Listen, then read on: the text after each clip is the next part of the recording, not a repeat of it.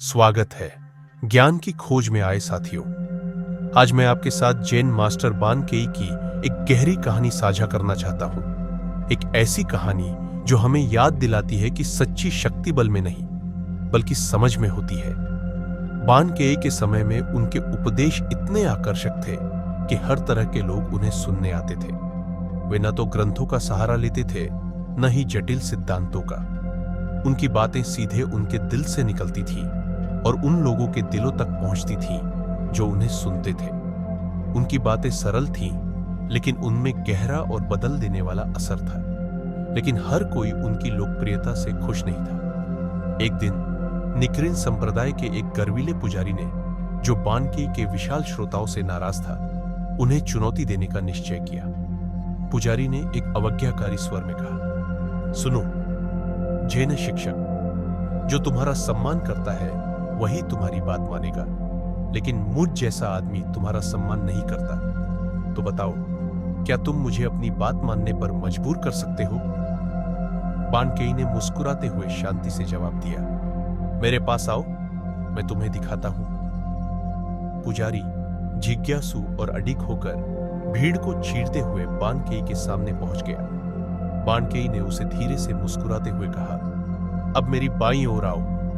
बिना हिचकिचाए पुजारी ने आज्ञा मानी। फिर बानकेई ने शांति से कहा, नहीं, बेहतर होगा कि तुम दाईं ओर आओ। पुजारी अपनी गर्वीली प्रवृत्ति के साथ फिर बानकेई की बात मान गया और दाईं ओर आ गया। बानकेई ने शांत स्वर में कहा, देखो, तुम मेरी आज्ञा का पालन कर रहे हो और मुझे लगता है कि तुम एक बहुत ही कोमल व्यक्ति हो। अब बैठो और सुनो।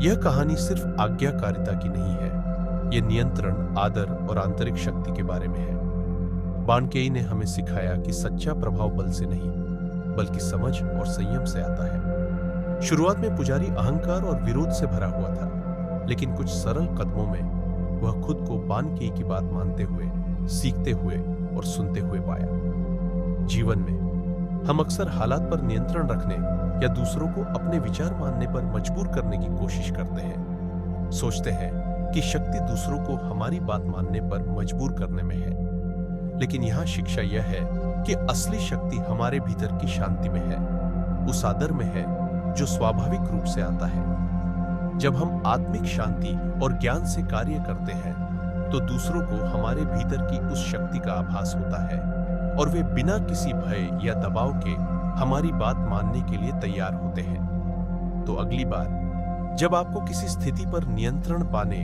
या किसी को अपने विचार मानने की आवश्यकता महसूस हो, तो बानकेई की इस कहानी को याद करें। अपने आप से पूछें, आप कैसे प्रेरित कर सकते हैं बिना मजबूर किए?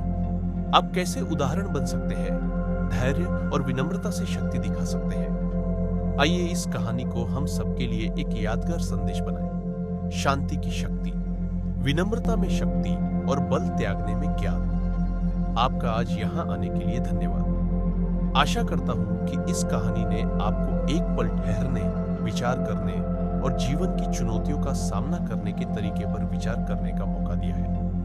यदि इस कहानी ने आपके दिल को छुआ है तो इसे उस व्यक्ति के साथ साझा करें जिसे आज एक सौम्य यादगार की जरूरत हो सकती है। और यदि आप ऐसी और भी ज्ञान से भरी कहानियां सुनना चाहते हैं तो हमारे चैनल को जरूर सब्सक्राइब करें। अगली बार तक याद रखें, सच्ची शक्ति हमारे भीतर है। शांत रहे, दयालु बने और जागरूक रहे। आप सभी को शांति मिले।